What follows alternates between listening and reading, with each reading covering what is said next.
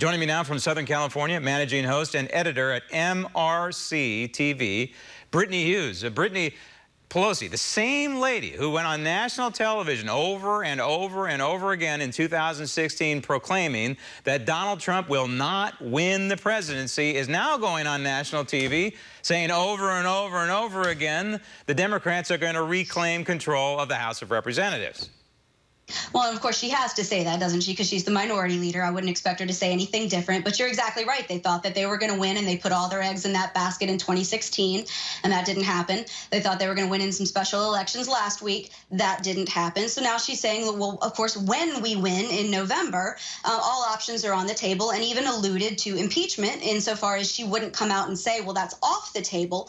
So I think what she's doing here is she's making a very politically calculated move. It's one we've seen before. She is a fairly established Democrat. She's going to come out and already bank on her side winning, and she's not going to come out and say whether she's for or against the idea of impeachment. She's going to try to leave all of her cards in play without showing her hand, and kind of virtue signal to try to do this unification thing as a last-ditch effort going into November. Oh, she's all for impeachment. Let's face it. If they happen to, and God forbid, the Democrats happen to retake the House, she would have to go for impeachment. She'd be run out of town if she did not. Meantime, at the White House, the president, I think, is pointing out the obvious, that the mainstream media is, he says, covering up.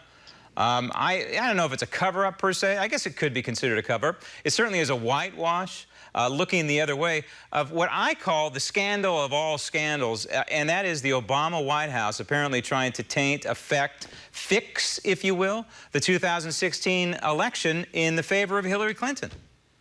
If you want to talk about collusion or allegations of collusion, you don't really need to look much further. I mean, this is a story that is made for TV. It's so wild. It's so convoluted. You've got an investigation that's based on a dossier written by an ex-British spy for Fusion GPS. You've got a woman working at Fusion GPS whose husband is a top official in the FBI, who's handing over documents to agents who are, talking about taking down the Trump campaign during the election. I mean, this is wild, and any media worth its salt would be all over this story like a dog with a bone if they were actually interested in pursuing the truth, in pursuing facts, and in digging up really crazy scandals, and they're not. Can you imagine?